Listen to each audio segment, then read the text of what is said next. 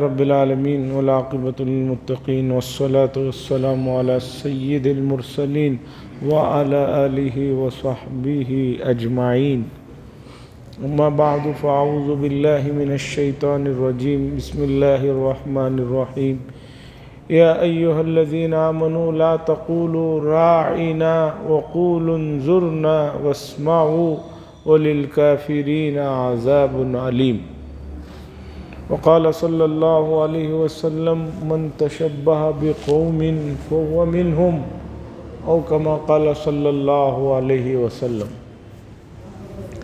عزیزان محترم، چاند کی دوسری تاریخ ہے آج۔ کل چاند نظر آیا، کل پہلی تاریخ تھی، اب مغرب سے جمادی الاخر کی دوسری تاریخ ہے اور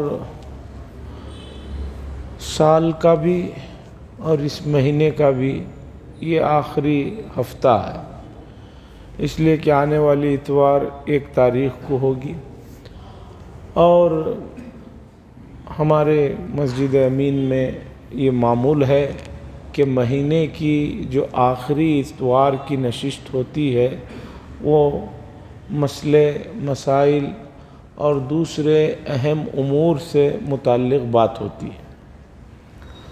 تو اتفاقاً آج ایک قومی تہوار بھی ہے عیسائیوں کا 25 دسمبر ہونے کی وجہ سے، اس لیے کچھ چیزیں آپ کے سامنے لے کر آیا۔ سب سے پہلے آئیے، میں نے جو آیت پڑھی ہے یہ پہلے پارے کی سورہ بقرہ کی ایک آیت ہے اور اس کے بعد ایک حدیث پڑھی ہے۔ آیت ہے یا ایھا الذین آمنوا لا تقولوا راعنا وقولوا انظرنا واسمعوا وللکافرین عذاب علیم۔ اس آیت کریمہ کو ترجمہ اور اس کے مفہوم کو سمجھنا ہے تو اس کے پس منظر کو سمجھیے اور اس کے شان نزول کو جانیے، پھر آیت کریمہ سمجھ میں آئے گی، پھر میں جو بات کہنا چاہ رہا ہوں اسے مجھے سمجھانے میں آسانی ہوگی۔ مدینہ منورہ میں جب رسول اللہ صلی اللہ علیہ وسلم تشریف لائے، وہاں پہلے سے یہود رہتے تھے، 3 ان کے بڑے قبیلے رہتے تھے۔ یہودی رسول اللہ صلی اللہ علیہ وسلم کی بعثت سے پہلے تو بہت زیادہ یہ بات کہتے تھے، بہت جلد ایک نبی اور رسول آنے والے ہیں، ہم ان کے ساتھ مل کر خاص طور پر مشرکین کو، کفار کو دھمکیاں دیتے تھے کہ تم لوگ جو ہمارے ساتھ زیادتی کر رہے ہیں ان کے آنے کے بعد ہم تمہارے ساتھ مقابلہ کریں۔ اور بنی اسرائیل کو، یہودیوں کو یہ یقین تھا کہ انہی کے اپنے خاندان میں سے آخری نبی بھی تشریف لائے، چونکہ حضرت ابراہیم علیہ السلام کی اولاد میں 70,000 انبیاء ہوئے تھے، 70,000 انبیاء ہوئے تھے۔ تو ابراہیم علیہ السلام کی اولاد حضرت اسحاق علیہ السلام، ان کی اولاد حضرت یعقوب، پھر یعقوب علیہ السلام کے 12 فرزندان، یہ سب ایک ہی خاندان کے۔ حضرت ابراہیم علیہ السلام کے دوسرے فرزند حضرت اسماعیل علیہ السلام تھے۔ رسول اللہ صلی اللہ علیہ وسلم حضرت اسماعیل علیہ السلام کے خاندان سے ہیں، اسماعیل علیہ السلام آپ کے جد امجد ہیں۔ جب انہوں نے دیکھا کہ نبوت تو ہمارے خاندان سے نکل کر ادھر چلے گئی ہے، تو اب یہ رسول اللہ صلی اللہ علیہ وسلم سے دشمنی پر اتر آئے۔ اب دشمنی کھلم کھلا تو نہیں کر سکتے تھے، تو آئے دن کچھ نہ کچھ شرارتیں کرتے تھے اور رسول اللہ صلی اللہ علیہ وسلم اور صحابہ کا مذاق کرتے رہتے تھے۔ مدینہ منورہ میں رسول اللہ صلی اللہ علیہ وسلم تشریف فرما ہے، یہ یہود بھی آپ سے ملنے کے لیے آتے، صحابہ بھی رہتے تھے۔ تو اب یہ یہود رسول اللہ صلی اللہ علیہ وسلم جب کوئی بات کہتے تو یہ لوگ کہتے راعنا، یہ عربی کا ایک لفظ ہے جس کے معنی ہیں ہماری رعایت کیجئے، ہمارے اوپر توجہ دیجئے، ہماری بات سنیے، آپ نے جو بات کہی وہ سمجھ میں نہیں آئی ہے، ہمیں ذرا اور آسان انداز میں سمجھائیے۔ عربی میں اس کا یہ مطلب ہے، لیکن یہودیوں کی زبان میں، ہبرو میں اس کے معنی ہیں احمق، اس کے معنی ہے احمق، یعنی کم عقل والا، پاگل آدمی۔ اور دوسرا لفظ رائنا کو تھوڑا سا گھچیٹ کر، تھوڑا سا دبا کر بولے تو اس کا مطلب ہوتا تھا ہمارے جانوروں کو چرواہا، ہمارے جانوروں کو چرانے والا چرواہا۔ یہ لوگ ایسے انداز میں کہتے کہ صحابہ اکرام رضی اللہ تعالیٰ علیہ مجمعین کو اندازہ نہیں ہوتا تھا کہ یہ لفظ کہنے میں ان کا مقصد پیچھے یہ ہے کہ بھئی کبھی احمق مطلب لے رہے ہیں، کبھی وہ لفظ کو ذرا دبا کر بول رہے ہیں، تو اس کے معنی جو ہے چرواہے کے ہوتے تھے، اور بکریوں کو چروانے والا معمولی قسم کا آدمی ہوتا۔ صحابہ جانتے تھے، مکے والے تھے زیادہ تر، اس میں وہ جانتے تھے یہود اہل کتاب ہیں، تو یہ جو لفظ بول رہے ہیں، ہمیں بھی جب کوئی بات حضور صلی اللہ علیہ وسلم سے کہنی ہو تو ہمیں بھی یہی لفظ کہنا چاہے، راعینا، ہمارے طرف متوجہ ہو جائیے۔ چونکہ ایک آدمی پڑھا لکھا آدمی ہے، اب وہ جو لفظ کہتا ہے، دوسرا آدمی جو اس کے بارے میں جانتا ہے یہ بہت پڑھے لکھے ہیں، تو مجھے بھی وہی لفظ کہنا چاہیے، نقل کرتے ہیں۔ تو وہ لوگ بھی، صحابہ بھی یہ لفظ کہنا شروع کی، لیکن اللہ کو معلوم تھا کہ یہ لفظ جو یہود کہہ رہے ہیں راعینا، اس کا وہ مطلب نہیں ہے جو صحابہ سمجھ رہے ہیں یا سب لوگ سمجھ رہے ہیں، اس کا مطلب تو وہ غلط لے رہے ہیں۔ تو اللہ تبارک و تعالیٰ نے آیت نازل فرمائی اور صحابہ سے کہا راعینا مت کہو، حضور کو مخاطب کرنا ہے، کوئی بات کرنا ہے تو راعینا کا لفظ مت کہیے کہ آپ ہمارے طرف متوجہ ہو جائیے، بلکہ کہو لا تقولوا راعینا وقولوا انظرنا، یہ کہو کہ آپ ہماری طرف نظر کیجئے، انظرنا، ہمیں دیکھیے، ہماری طرف بات کیجئے۔ یہ اللہ نے آیت نازل فرمائی۔ یہ پہلے پارے کی آیت ہے، بڑی اہم آیت ہے۔ اس آیت کے ذیل میں بہت سے مسائل نکلتے ہیں، انہی مسائل کو میں آج آپ کے سامنے رکھنا چاہتا ہوں۔ قرآن ایک ایسا لفظ جس کے دو معنی ہیں، شفقت کے معنی میں بھی ہے اور اس کے غلط معنی بھی ہیں۔ ایسا لفظ کہ کہنے والا اسے شفقت کے معنی میں بھی لے سکتا ہے اور دوسرے غلط معنی میں بھی لے سکتا ہے۔ قرآن نے کہا یہ لفظ بھی اس طرح کا کہنے کی تمہیں اجازت نہیں ہے، بلکہ انظرنا کا لفظ کہیے، یعنی جس کے اندر تھوڑی سی بھی خباثت ہوگی وہ یہ خبیث معنی ہی لے گا۔ اس لیے یہ لوگ جو لفظ کہہ رہے ہیں ان سے مرعوب ہو کر، ان کی نقالی میں ان سے مشابہت اختیار کرتے ہوئے تمہیں یہ لفظ کہنے کی اجازت نہیں۔ آیت نے ہمیں بتایا کہ غیروں کی مشابہت انتہائی شریعت کی نظر میں ناپسندیدہ ہے اور انتہائی بدتر چیز ہے۔ مشابہت سے بچنے کی شریعت نے تاکید دی، اتنی تاکید دی کہ لوگوں ماہ محرم میں یہود صرف ایک دن روزہ رکھتے ہیں، عبادت میں بھی مشابہت درست نہیں، تم آگے جو ہے اس کے ساتھ یا تو ایک پہلے ملا لو یا بعد میں ملا لو۔ جب شریعت نے اتنی تاکید دی ہے مشابہت سے، اب آپ آئیے امت کا حال لیجئے۔ آج کی تاریخ 25 دسمبر، عیسائیوں کا بڑا قومی تہوار ہے۔ میں اس تفصیل میں اس وقت نہیں جانا چاہتا کہ عیسائیوں کے کئی فرقے ہیں، اس میں خاص طور پر دو بڑے فرقے ہیں، ایک پروٹسٹنٹ اور ایک دوسرا ہے۔ جو کثیر آبادی اس وقت عیسائیت کی پائی جاتی ہے، جو ہمارے ملک میں دوسرے ملکوں میں، یہ عیسائی کہنے کو تو عیسیٰ علیہ السلام کی طرف اپنے آپ کو منسوب کرتے ہیں، لیکن کھلم کھلا واضح طور پر ان کے یہاں بت پرستی اور شرک پرستی ہے۔ اس کی زندہ مثال یہ ہے کہ توحید تو صرف ایک رب کو ماننے کا نام ہے، لیکن یہ لوگ نعوذ باللہ عیسیٰ علیہ السلام کو بھی خدا مانتے ہیں، کبھی حضرت مریم کے بارے میں بھی کچھ باتیں کرتے ہیں، اور کبھی اللہ کا بیٹا کہتے ہیں، اور خدا جانے، اور ہر گھر میں مورتیاں رکھی جاتی ہیں، ان کی یہاں بھی اس کی پوجا کرتے ہیں، اسے پھول چڑھاتے ہیں، حضرت مریم کی وہ مجسمہ ہو یا حضرت عیسیٰ کا مجسمہ ہو، جو بھی مجسمہ ہو، یہ بت پرستی ہے، یہ شرک ہے۔ تو حضرت عیسیٰ علیہ السلام تو پیغمبر ہے، اولو العزم رسول ہے، وہ توحید کی دعوت دینے آئے تھے، نہ کہ شرک کی دعوت دینے آئے تھے۔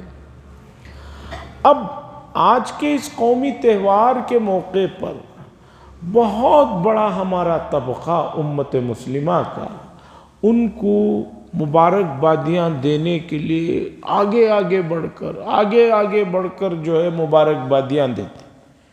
ٹھیک ہے، مبارکبادی دیجیے، آپ کے پڑوس میں ہے، آپ کے کاروباری ہے، آپ کے کلیگ ہے، کوئی منع نہیں، لیکن مبارکبادی دینے کے لیے جو الفاظ وہ لوگ استعمال کرتے ہیں وہ الفاظ آپ استعمال کریں، یہاں ذرا مسئلہ ہے۔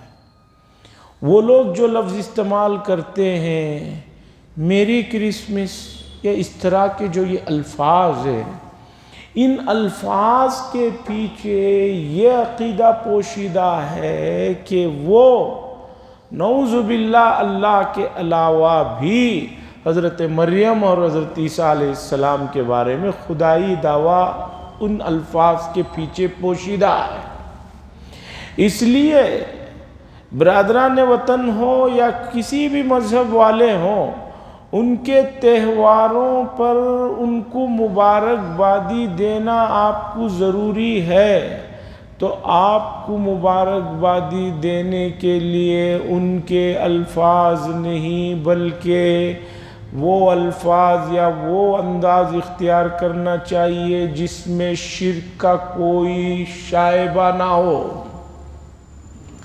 یہاں دیکھیے ایک لفظ راعینا قرآن میں آیا جس کے معنی اچھی طرح اچھے بھی ہیں، لیکن ذرا دبا کر بولو تو اس کے معنی بگڑ سکتے ہیں۔ ایک چھوٹے سے لفظ کو قرآن برداشت نہیں کر رہا ہے اور آیت آسمان سے اتر رہی ہے، یہ لفظ نہیں بلکہ یہ لفظ کہنا ہے۔ تو جس کے اندر شرک کی بو ہے اور شرک بھرا پڑا ہوا ہو، ایسے الفاظ کا تبادلہ اور ایسے الفاظ کے ساتھ مبارکبادیاں دینا اور ان کے تہواروں میں ان کے طور طریقوں کو اپنانا اور ان کو خوش کرنے کے لیے ناچنا کودنا اور جو بھی خرافات ہے، وہ کہاں سے جائز ہو سکتا ہے؟ حاضرین اکرام، آپ اپنی بنیادوں پر مضبوط قائم رہیں۔ مولانا ابوالکلام آزاد صاحب ملک کے پہلے وزیر تعلیم، ان کا واقعہ ہے۔ مولانا آزاد تینوں زبانوں کے بڑے ماہر تھے، عربی، انگریزی، اردو، تینوں کے بڑے ماہر آدمی تھے۔ ایک ایسی ہستی تھی وہ کہ 13-14 سال کی عمر میں انہوں نے اخبار نکال دیا تھا۔ مکے میں پیدا ہوئے تھے اور تینوں زبانوں کے ماہر تھے۔ آزادی سے پہلے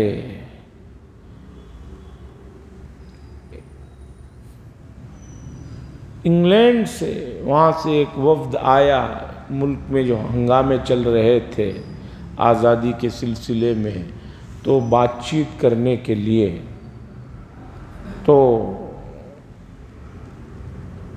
مولانا آزاد نے جو وہاں سے ملکہ الزبتھ کی طرف سے ٹیم آئی تھی، انہوں نے کہا کہ بھی کوئی ٹرانسلیٹ ہونا چاہیے، میں تو ہندی میں اور اردو میں بات کروں گا، تم انہیں انگریزی میں سمجھاؤ، اور وہ جو انگریزی میں کہے مجھے اردو اور ہندی میں سمجھاؤ۔ بات چیت ہوئی، ختم ہو گئی۔ لوگوں نے آزاد صاحب سے پوچھا کہ آپ اتنی اچھی انگریزی جاننے کے باوجود درمیان میں ٹرانسلیٹر کو کیوں رکھا تھا؟ آپ ڈائریکٹ بات کر سکتے تھے، ان کی سمجھ سکتے تھے، ان کو سمجھا سکتے تھے۔ انہوں نے کہا کہ نہیں، انہیں معلوم ہونا چاہیے کہ ہمیں ہماری تمام چیزیں بہت محبوب ہیں، ہمارا کلچر، ہماری زبان ہمیں محبوب ہے، ہم بات اپنی زبانی میں کریں گے۔ انہیں احساس ہونا چاہیے کہ ان سے بات کرنا ہے تو ہمیں بھی ہندی سیکھنا پڑے گا، اردو سیکھنا پڑے گا، یعنی تو ٹرانسلیٹر کو لانا پڑے گا۔ اس واقعے نے مجھے یہ بات سمجھائی، اور آپ بھی سمجھ گئے ہوں گے، کہ سوچئے کہ اسلام برحق مذہب ہے، وہ کیوں اس بات کی آپ کو اجازت دے کہ آپ جو ہے دوسروں کی خوشی میں اتنے دیوانے اور بیگانے ہو جائیں کہ ان کے طور طریقے، ان کے لباس، جیسے کہ ہم اس موقع پر دیکھتے ہیں لوگ اپنے بچوں کو وہ خاص قسم کا ایک ٹوپی ہوتی ہے وہ پہنا دیتے ہیں، اور وہ کرتے ہیں، یہ کرتے ہیں۔ اس سے دل سے وقات نکل جاتی ہے، دوسروں کی عظمت دل میں آنے لگتی ہے۔ لوگ کہتے ہیں بچے ہیں، بچوں سے زیادہ کسی چیز کو کیچ کرنا ہمارے بس میں نہیں ہے۔ آج بھی ماہرین یورپ اور امریکہ میں ماہرین یہ کہتے ہیں کہ بچے اگر خوبصورت پیدا ہونا ہے تو حاملہ عورت کے کمرے میں چاروں طرف خوبصورت بچوں کی تصویروں کو لگائیں، وہ ان تصویروں کو بار بار دیکھتی رہے گی تو اس کا اثر جو ہے ماں کے پیٹ کے اندر بچے پر پڑتا ہے۔ جب بچہ پیدا نہیں ہوا ہے تب ہی وہ اثر کو ماں کے قبول کر رہا ہے، تو پیدا ہونے کے بعد یہ کہنا یہ بچہ ہے، یہ بچہ ہے، ہمارے ہاں جو چلتا ہے، نہیں، بچہ ہے۔ بچے تمام چیزوں کو کیچ کر لیتے ہیں، اسی لیے جو ان سے بہت پیار محبت سے پیش آتا ہے بچے ان کے پاس جاتے ہیں، جو ان کو گھور کے دیکھتے ہیں ان کے قریب نہیں جاتے۔ عموماً بچے ماؤں سے زیادہ مانوس ہوتے ہیں، باپ سے کم۔ کیوں؟ اس لیے کہ ماں ہر وقت ان کے ناک نظریں اٹھاتے رہتی ہے، باپ کے پاس نہ اتنا وقت ہے اور نہ وہ ان ناز نخروں کو برداشت کرتا ہے۔ تو ہمارے بچوں کی اگر تربیت میں ابتدا میں ہم یہ کہیں کہ ابھی بچہ ہے، گنجائش ہے، نہیں، شریعت میں جہاں یہ مسئلہ لکھا ہے کہ بچہ 7 سال کا ہو جائے تو اسے نماز کا حکم کرو، 10 پر نہ پڑھنے پر اسے جو ہے مارو، اس حدیث کے تحت یہ مسئلہ لکھا گیا ہے کہ اب 7 سال کا بچہ ہونے کے بعد اب بچے کے اوپر احکامات کو آہستہ آہستہ اس کا نفاذ ہونا چاہیے۔ آپ کہیں بچہ ہے 15 سال کے بعد، 7 سال، 10 سال، 15 سال تک تو وہ آپ دوسروں کے قومی تہواروں میں چھوڑتے رہے، وہ ٹوپیاں پہنے ہوئے، دوسری چیزیں کرتے ہوئے، ناچتے رہا، کودتے رہا۔ 15 کے بعد جب آپ کہیں گے بیٹا یہ جائز نہیں ہے تو وہ کہاں سے قبول کرے گا؟ مشابہت کا مسئلہ وہ کہاں سے قبول کرے گا؟ 15 سال تک تو بات بیٹھ چکی ہے، اب اسے کہاں سے نکالیں گے آپ؟ اس لیے مشابہت سے بچیں۔ موجودہ دور میں ایمان کی حفاظت بہت بڑی ذمہ داری ہے۔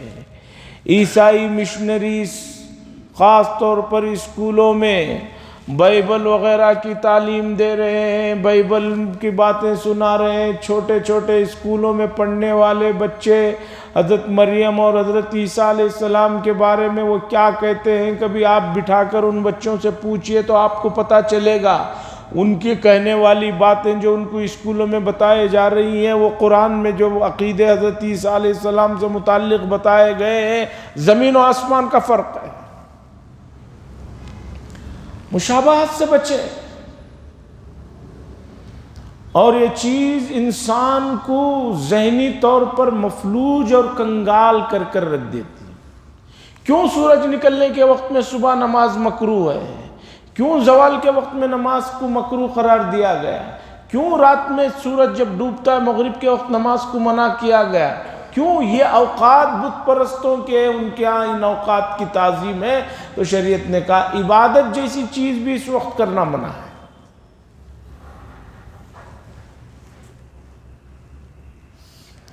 عزیزان گرامی، اسی سے آپ سمجھیں کہ موجودہ زمانے میں شریعت نے تزئین خوبصورت بننے کے لیے آپ کو پابند نہیں کیا ہے، اجازت دی ہے، لیکن ایسی آرائش اور زیبائش جو دوسروں سے مشابہت رکھتی ہو، شریعت میں منع ہے۔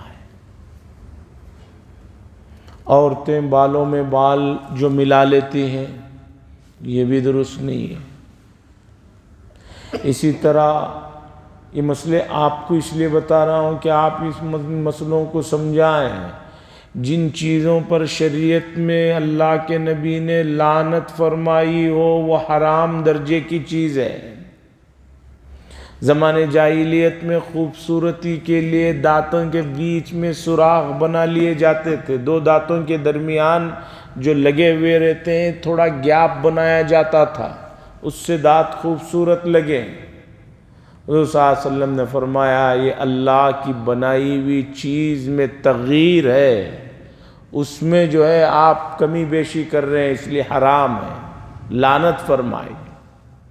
اسی طریقے پر موجودہ زمانے میں جو بالوں کو غیروں کے طریقوں پر بنایا جا رہا ہے، نوجوانوں میں جو عام فیشن چل پڑا ہے، اور خاص طور پر جو فٹ بال کے شوقین ہیں وہ فٹ بال کے کھلاڑیوں کے دیکھ کر ان کے بالوں کا جو ہے نقش قدم پر چل رہے ہیں، اور جو کرکٹ کے شوقین ہیں وہ کرکٹ والوں کے بالوں کے نقش قدم پر چل رہے ہیں، اور جو کھیل کود اور فلمی دنیا کے لوگوں سے متاثر ہیں وہ ان کو یہ کر رہے ہیں۔ 6 سال کے بعد لڑکیوں کے بال کٹانا بھی شریعت میں منع ہے۔ اب تو عورتیں 25 سال کے ہو کے بھی سر کے بال کٹا رہے ہیں، حرام ہے۔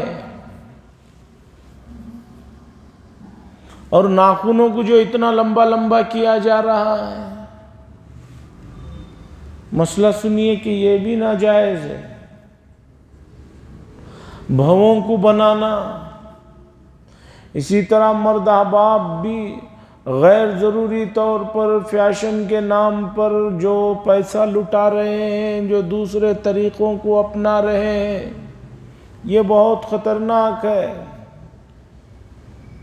آج ماحول یہ بن گیا ہے یورپ اور امریکہ کے ملکوں کی نقالی کرتے ہوئے مرد عورتیں بننے کی کوشش میں لگے ہوئے ہیں اور عورتیں مردوں کی نقالی میں لگی ہوئی ہیں۔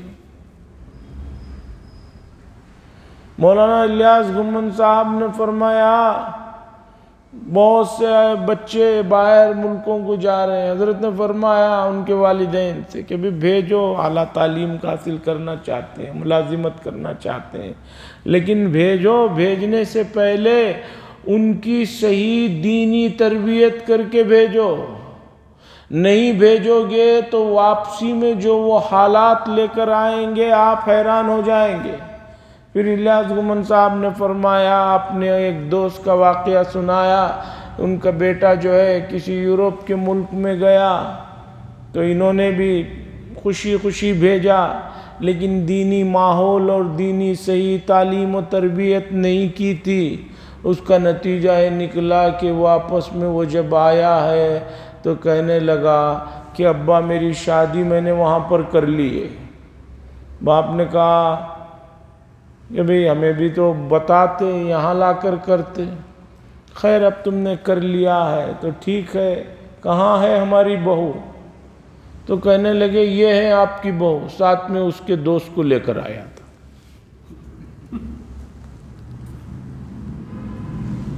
میں نے اس سے شادی کی۔ بچپن کی تربیت دینی ماحول میں نہ ہو تو کبھی بھی آگے آدمی بہک سکتا ہے۔ میں واقعہ سناتا ہوں، دنیا میں یہودیوں کی تعداد بہت محدود ہے، بہت محدود ہے، لیکن یہودی کس طرح اپنے بچوں کی تربیت کرتے ہیں، میرے ایک استاذ محترم فتحی عبد المجید المرشدی نے مجھے بتایا، مصری استاذ محترم نے، کہ باپ اپنے بچے کو کہتا ہے ہمیشہ کہ بیٹا کسی پہ بھروسہ مت کرنا، کسی پہ بھروسہ مت کرنا، بچپن سے ہی سمجھاتا۔ اس کے بعد کسی اونچی جگہ پر بچے کو کھڑا کرتا ہے اور باپ بچے کی طرف ہاتھ بڑھا کر کہتا ہے کہ آ جاؤ۔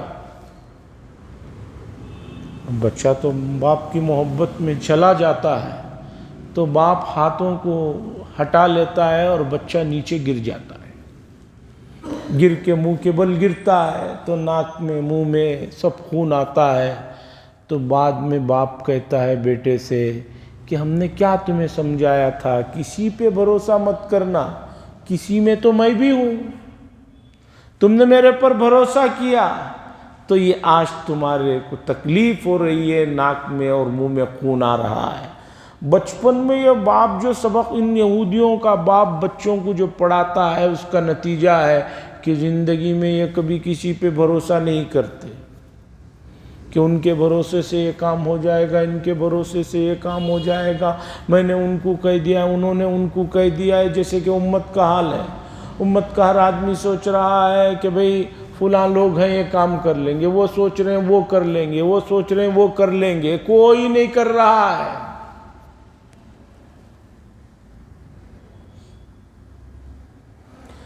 عزیزان گرامی، ملک میں جو ماحول بنتا جا رہا ہے، اس ماحول میں الحمدللہ ایسے افراد بھی برادران وطن کے ہیں جو حق بات کہہ رہے ہیں۔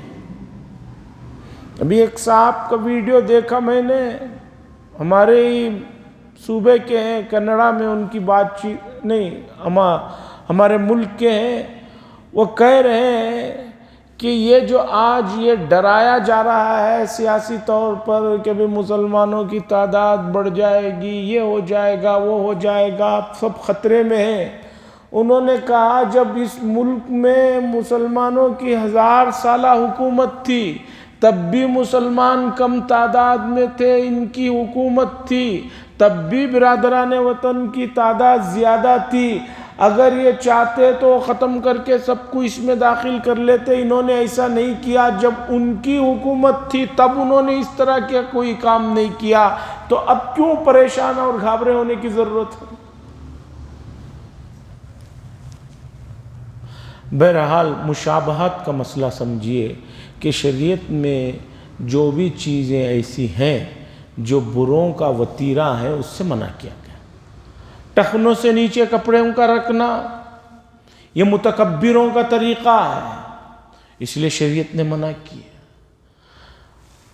اور اسی طریقے پر ہر وہ کام کہ جس کے اندر بڑائی ظاہر ہوتی ہو، آدمی کا دماغ 7ویں آسمان پر پہنچتا ہو، وہ منع ہے۔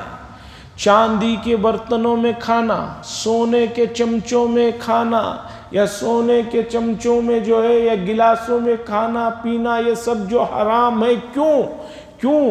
چونکہ سونا چاندی بہت قیمتی دھات ہے، اسے جب آدمی کھاتا ہے، اس سے پیتا ہے تو دماغ اس کا آسمان پر جانا شروع ہو جاتا ہے۔ اسی لیے سونے کا استعمال مردوں کے لیے چین کی شکل میں ہو، انگوٹی کی شکل میں ہو، منع ہے۔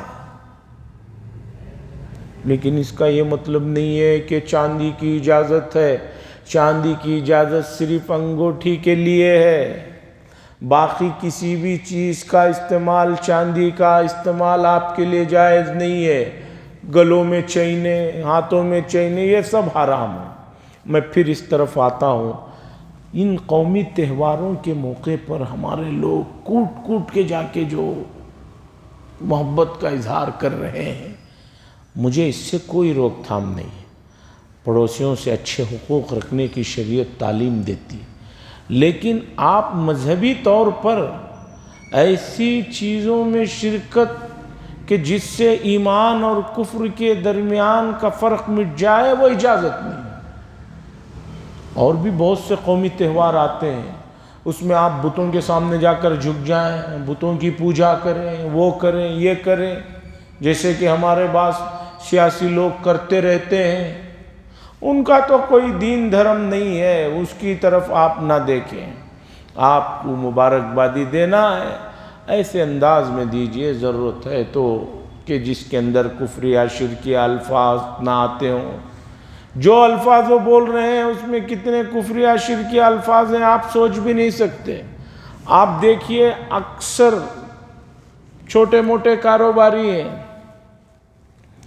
وہ ایک لفظ کہتے ہیں. صبح صبح کاروبار جب وہ شروع کرنا رہتا ہے، آپ ان سے پوچھئے یہ چیز کتنے کی؟ 20 کی. آپ کہیے نہیں 10 کی. وہ کہتا ہے نہیں 15 دے دیجئے، صبح صبح آپ ہی کی بھونی ہے،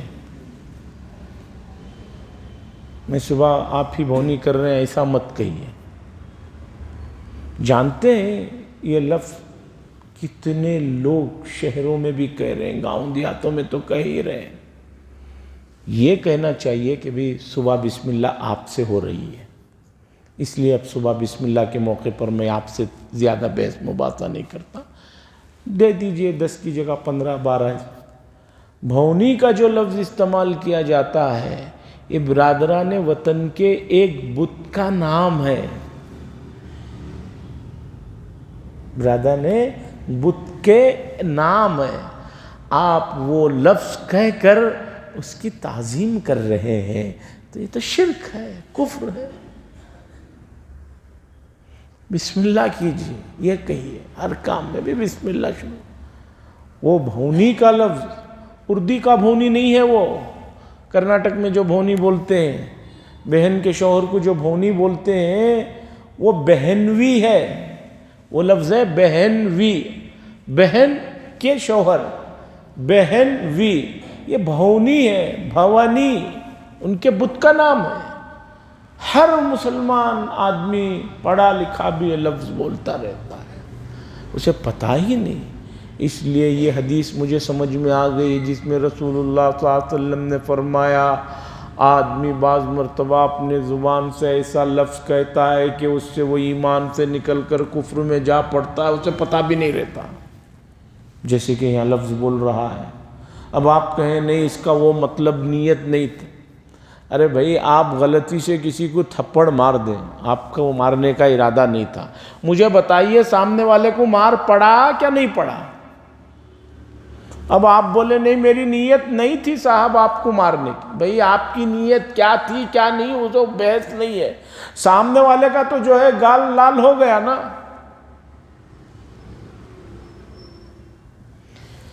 مشابہات سے بچنا ہے تو ان تمام چیزوں کے لیے آپ کو سب سے پہلے اسلام کے جو بنیادی عقیدے ہیں، اللہ کی ذات سے متعلق، رسول اللہ صلی اللہ علیہ وسلم کی ذات سے متعلق اور فرشتوں کی ذات سے متعلق، یہ تمام چیزوں کو آپ کو سیکھنا ہے. یہ بیسک چیزیں ہیں، بنیادی چیزیں ہیں، اساسی چیزیں ہیں.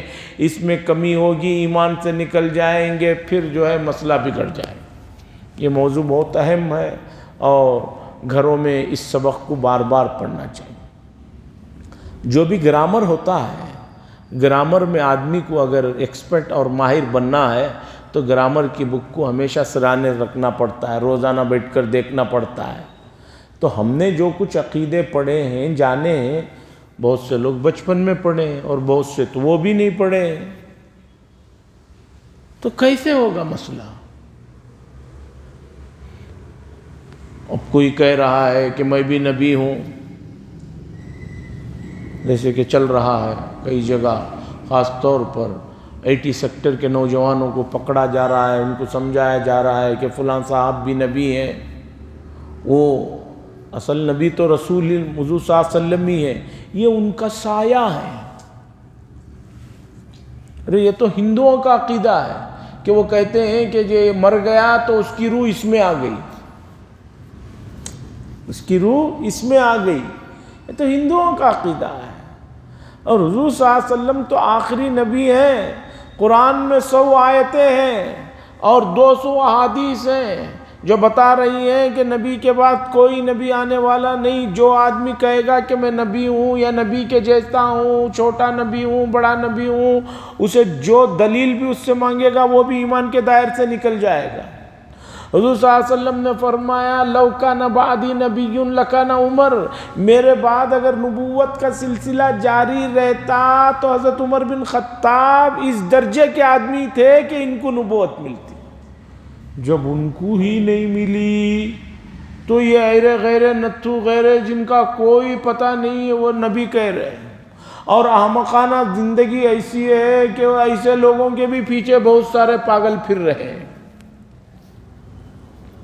اب آپ کہیں گے کہ بھی ان کو وہ نبی مان لیے تو کیا فرق پڑے گا؟ کیا فرق پڑے گا؟ ایمان سے چلا گیا آدمی۔ لوگ مسجدوں سے دور ہو رہے ہیں، مسجدوں میں آنے والوں کی تعداد 5% ہے، میں یہ مانتا ہوں، ہو سکتا ہے میرا کیلکولیشن غلط ہو۔ عام مصلیوں کو دیکھتے ہوئے، عید کی نماز کے 26ویں رات کے مصلیوں کو دیکھتے ہوئے، جمعہ کی نماز کے مصلیوں کو دیکھتے ہوئے میرا حساب یہ بیٹھتا ہے آنکڑا کہ مصلیوں کی تعداد عام طور پر 5 سے 10% کے اندر ہے، 90% تو آتے نہیں۔ اب جو 90% نہیں آتے ان کو چھوڑیے، اب یہ جو 5-10% نمازی آتے ہیں، ان 5-10% نمازیوں کے ایمان کے بھی پیچھے پڑے ہوئے ہیں، اور یہ 5-10% نمازی اس خوش فہمی میں ہیں کہ ہم تو نماز پڑھ رہے ہیں، ہم کچھ بھی کر سکتے ہیں، ہم جو ہے دوسروں کے تہواروں میں جا کر ناچ بھی سکتے ہیں، وہ لفظ بھی کہہ سکتے ہیں، یہ بھی کہہ سکتے ہیں، ان کے کپڑے بھی پہن لے سکتے ہیں، ان کا رنگ بھی اوڑھ لے سکتے ہیں۔ شریعت نے کتنے رنگوں کو منع کیا ہے، چونکہ یہ غیروں کے مشابہت ہے۔ تو میں آیت کی طرف آتا ہوں، لا تقولوا راعینا، ایک لفظ شریعت جب برداشت نہیں کر رہی ہے تو ایسی چیزیں کہاں برداشت کر سکتی ہے جس کے اندر سراسر کفر و شرک بھرا ہوا ہے۔ بچنے کی ضرورت ہے، اپنے آپ کو، اپنے اہل و عیال کو، اپنے ماتحتوں کو، اپنے دوستوں کو، اپنے متعلقین کو، سب کو ان چیزوں سے بچائیے، اس لیے کہ ایمان سے بڑھ کر کوئی دولت نہیں ہے، اور ایمان سب سے قیمتی چیز ہے۔ جو چیز سب سے قیمتی ہوتی ہے اس پر داغ دھبے بھی ہلکے بھی بہت زیادہ نمایاں ہوتے ہیں، اس پر ہلکے دھبے بھی، وائٹ کپڑے پر ہلکا دھبا بھی بہت نمایاں ہوتا ہے۔ تو آپ کا ایمان سب سے قیمتی، پاکیزہ اور کوہ نور سے زیادہ نظافت والی چیز ہے، اور اس پر داغ دھبے ڈالنے والے مستقل لگے ہوئے ہیں۔ واٹس ایپ میں مسلمانوں کے ناموں سے حدیثیں بنا کر گروپوں میں بھیج کر ایمانوں کو بھی خراب کیا جا رہا ہے کہ فلاں جگہ یہ ہوا وہ ہوا، آپ اس خبر کو 100 لوگوں تک پہنچائیں، نہیں تو جو ہے یہ ہو جائے گا وہ ہو جائے گا۔ وہ احمق آدمی نیٹ تو فری ہے پہنچا رہا ہے، یہ سب درست نہیں۔ اور اسی طرح سال کے آخر میں یہ جو نیا سال منانے کا رواج چل پڑا ہے، اب تو دن بدن بڑھتا جا رہا ہے۔ اللہ کی پناہ، الامان الحفیظ، جو گناہ اس میں ہوتے ہیں ان کا کوئی شمار نہیں۔ سب سے پہلے تو یہ غیروں کی مشابہت ہے۔ ہمیں اس سال کے اختتام سے کیا مطلب؟ ہمارا سال ذی الحجہ میں ختم ہوتا ہے، محرم میں نیا سال شروع ہو جاتا ہے۔ جب وہاں کچھ ناچنے گانے سے منع ہے تو اس میں جانا، ناچنا، اور ان محفلوں میں سوائے شراب پیے ہوئے کام آگے ہی نہیں بڑھتا۔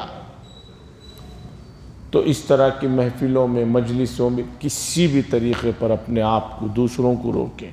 اب نوجوان کیا کر رہے ہیں؟ اللہ نے مال دولت دیا ہے، ماں باپ بھی دیتے ہیں، تو اب بنگلور چھوڑ کر اور زیادہ جہاں کھلے عام بے حیائی کر سکیں ایسے علاقوں میں چلے جائیں۔ خاص طور پر سمندر کے قریب کے جو علاقے ہیں وہ علاقوں میں بیچوں کے پاس جاتے ہیں اور اس رات کو پورا شرم و حیا کے پورے کپڑے اتار دیتے ہیں اور پوری زندگی میں جو کچھ تھوڑا بہت نیکیاں کمائے برباد کر کے آ جاتے. خدا نہ کرے کچھ حادثہ ہو گیا، مر گئے، اس حالت میں اگر مرے تو اللہ کے سامنے کیا بتائیں. اس لیے یہ happy new year, birthday, وہ ڈے، یہ ڈے، یہ سب غیروں کے طریقے ہیں، اس سے شدید طور پر بچنے کی ضرورت ہے. اللہ سے دعا فرمائے اللہ سنی ہوئی باتیں اور اس کے تقاضوں پہ عمل کرنے کی توفیق نصیب فرمائے. وآخر دعوانا ان الحمدللہ رب العالمین. لک الحمد و لک الشکر یا اللہ. اللہم صلی علی سیدنا شفیعنا نبینا حبیبنا مولانا محمد بارک وسلم. اللہم انت السلام منک السلام تبارک ذو الجلال والاکرام. ربنا آتنا فی الدنیا حسنہ وفی الآخرۃ حسنۃ وقنا عذاب النار. صلی اللہ تعالی وسلم علی خیر خلق محمد وعلی آلہ وصحبہ اجمعین والحمد للہ.